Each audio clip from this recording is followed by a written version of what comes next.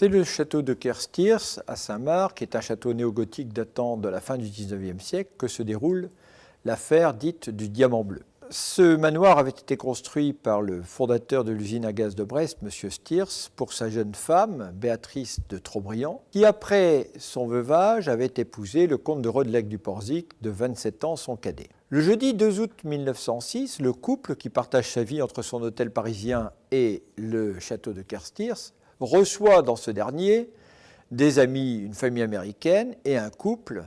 Lui est diplomate russe et elle est une jeune américaine. Le diplomate russe s'appelant Alexandre Greger. La comtesse, après le dîner, donne un récital de piano comme elle le faisait souvent et pour ce faire, elle quitte ses 4 bagues et ses 2 bracelets qu'elle pose sur le piano où elle les oublie en allant se coucher. Et la cuisinière remarquera « Madame a oublié sa batterie de cuisine ». Or, au matin, quand la comtesse se lève et qu'elle veut récupérer ses bijoux, elle constate qu'a disparu la bague la plus précieuse, qui est la bague au diamant bleu. En effet, ce diamant bleu a appartenu au roi Louis-Philippe, et après différentes péripéties, la comtesse de Rodelec du Porzic l'a acquise pour la somme colossale de l'époque de 50 000 francs or. Dès qu'ils se rendent compte que ceci a disparu, on téléphone à la police et le commissaire général de police de Brest, Jérôme, et le juge d'instruction Rougier se précipitent à Kerstirs et commencent leur enquête.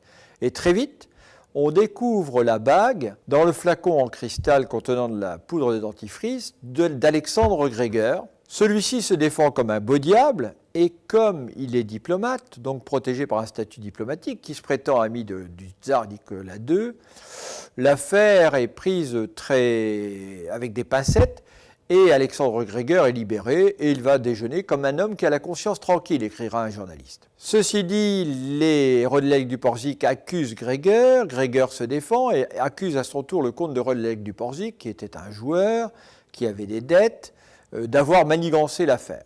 Toujours est-il que dans cette sombre affaire, en juillet 1907, a lieu un procès retentissant, retentissant pour les people de l'époque, je dirais, pour les journaux, et qui vont suivre l'affaire avec attention. Et au terme de ce procès, Alexandre Greger est relaxé, mais aussi débouté de ses demandes contre les Rodelec du Porzic. Alors ce qu'il y a d'intéressant dans cette ténébreuse affaire, je dirais, c'est qu'elle va inspirer Maurice Leblanc, qui dans un de ses épisodes d'Arsène Lupin contre Sherlock Holmes, va intituler l'une de ses nouvelles « Le Diamant Bleu », en référence directe avec cet épisode qui s'est passé à Kerstirs à Brest.